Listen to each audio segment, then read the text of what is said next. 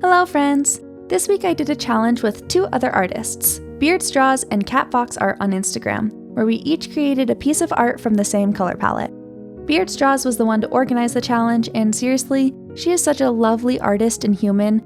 I am so glad she asked me to join in on this. Stick around to the end of the video to see both hers and Cat Fox Art's pieces. I'll also link their Instagrams in the description below so you can give them a little love.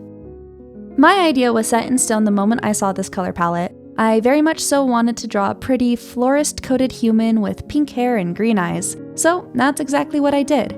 Now, I cheated the colors just a little bit by using adjustment layers, mostly Multiply, but I didn't feel too bad about doing that since each adjustment layer was based solely on one of the 5 allotted colors.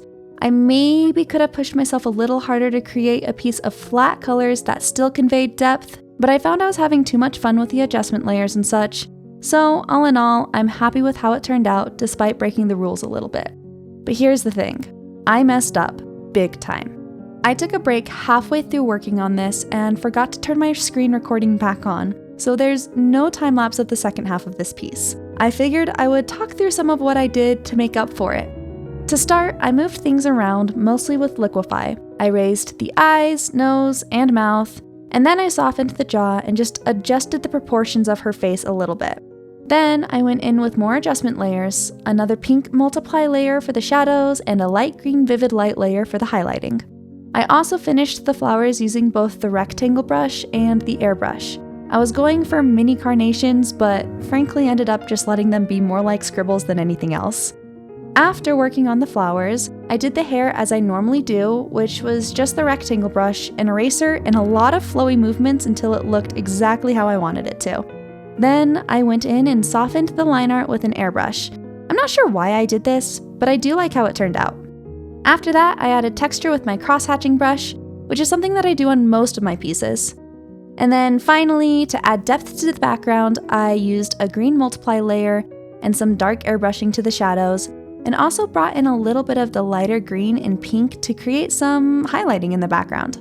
I believe that is all that I did, but I'm genuinely not sure. I tend to easily zone into my artwork and not actually pay attention to what it is that I'm doing. Now, time to look at Cat Fox Art's piece. I absolutely love how she solely used the colors on the palette. She didn't use any adjustment layers and challenged herself to make depth with what she had available, and it turned out so good, I just love it. Beard Straws did do it a little more like me, where she used some adjustment layers for the lighting, and it looks so amazing. I especially love how she rendered the eyes. They are so full and beautiful and just, I love it.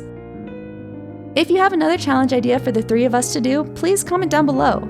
If you want to hang out with me live, I stream on Twitch every Monday night at 6 p.m. Mountain Standard Time. If the time of my stream changes, I'll let you all know on Instagram at Lucy of the Chair. That is where I'm most active, and you can see what I'm up to or get the best information on when my videos and streams are happening. Of course, if you'd like to just support me on your own time, a like and a subscribe here on YouTube would mean a lot to me. I do upload every Friday. I hope you all have a lovely weekend. Bye-bye.